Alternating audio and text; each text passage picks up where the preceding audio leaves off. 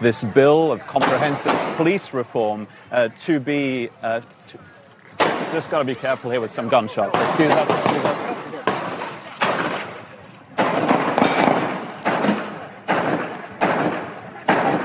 It sounds like gunshots. I'll let you know what this is. Pretty wild, huh? Right where George Floyd died 1 year ago today, gunfire. And it makes sense because, well, it's been a year of lawlessness encouraged by Black Lives Matter and the media and the far left. And, yeah, Joe Biden. I'd like to bring in our panel. We got Harrison Floyd, former executive director of Black Voices for Trump. Welcome back. And Bernie Kerik, of course, the former New York City police commissioner and Newsmax contributor. Welcome to you both. That's the way I see it. A year of exploitation and violence. Harrison Floyd, your thoughts on this 1 year anniversary? Well, you hit the nail on the head, and thanks for having me back again, Greg. It's great to see you, sir. It's been a year of lawlessness, and I mean, that just really goes to show the type of neighborhood that Officer Chauvin was in when he was dealing with George Floyd. Their level of senses are heightened level of awareness, and so it's really unfortunate that these types of things keep occurring in Black communities. Commissioner, what are you thinking? I can't believe just how unproductive and backwards it seems like we've gone back 10, 20 years in 1 year. Hey, here's what I'm thinking right off the bat as I watched that video. You know what you didn't hear? You didn't hear sirens. You didn't hear police cars coming. You didn't hear police radios, and they have police officers assigned to that square. You didn't see any police response. And basically that's because, one, they've defunded, and two, the cops are scared to death to do their job. But here's one other thing I'd like to touch on, Greg, real quick, and that is there was a George Floyd protest today in Union Square, and they were screaming and yelling about more defunding of the New York City police, and they want to take that money and put it into housing, health, and education. Here's the bottom line.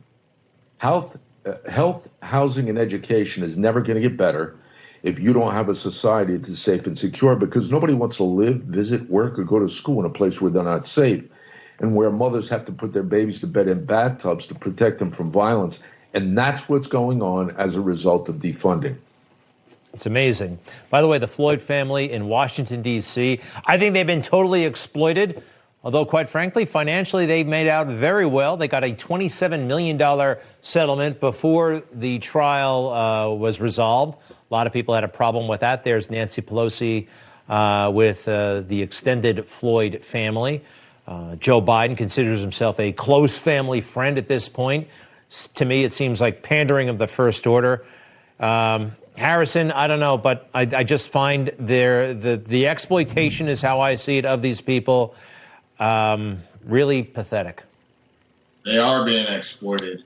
Black Lives Matter hasn't done anything for the Black community. They received a whole bunch of money, wasted it.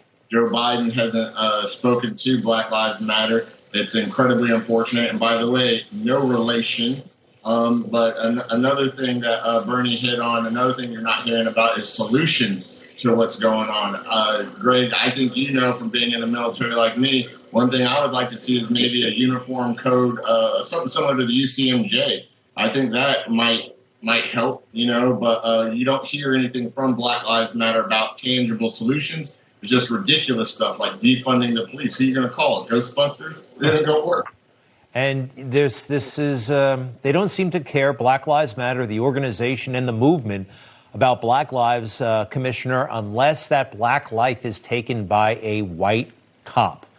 And that's... Hey, Greg, yeah. This is, and I think nobody would know this and understand it better than your father, because he was actually on the job in the 70s, 80s, going into the 90s. The Black Lives Matter organization is a continuation of the Black Liberation Army in the Black Panther Party. They were inspired by the queen of the BLA, Assata Shakur, or Joanne Chesimard. Their treasurer is Susan Rosenberg. The bottom line is they have nothing, they have no care for Black communities. Those tens of millions, hundreds of millions of dollars that have gone to Black Lives Matter, not one dime has gone into any community for Black lives in those communities.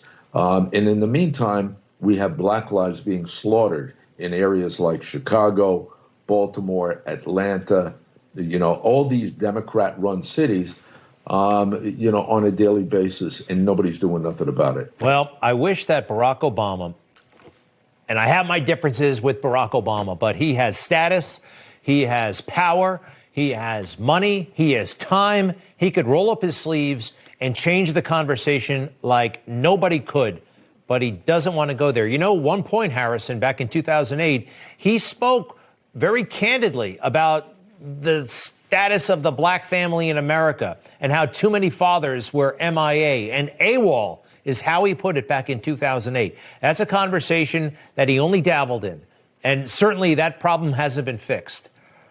I wonder if there's any getting to this guy. I wish there was. I don't think there is, but he could change this country still in a big way if he wanted to. He could have done it when he was president of the United States for 8 years, and he didn't, because you know why? He really doesn't care, Greg. I'll say it. No one else wants to say it. Barack Obama doesn't care about black people, because if he did, in Chicago, where you see some of the highest gun violence and crimes against black folks, he would have done something about it. Same thing in Atlanta and the other places that Bernie mentioned. He doesn't care. He just wanted to be president and do whatever it is that he wanted to do, advance the LGBT community, communist, Marxist ideology. It's disgusting. But this is America, and we're going to get it right. Yeah, he turned it on when he had to, when he was trying to win us over during the campaign. And then, no, I think you're right. I think he just wanted to be president. Well, we thank you, gentlemen, both. Predictions for the future, Bernie, Kerik, it's been a rough year. You sense that there's going to be a pivot, that even liberals are uncomfortable with a society such as this? Well, listen, Greg, I predicted last year around this time when they started defunding, there'll come a time when things will start to implode, and those liberals, those city council members, those mayors, they're going to have to refund. They're going to have to call back the cops because the communities aren't going to stand for it, and that's what we're seeing right now. Bernie, Kerik, Harrison Floyd, thank you both. To be continued, and we'll be right back.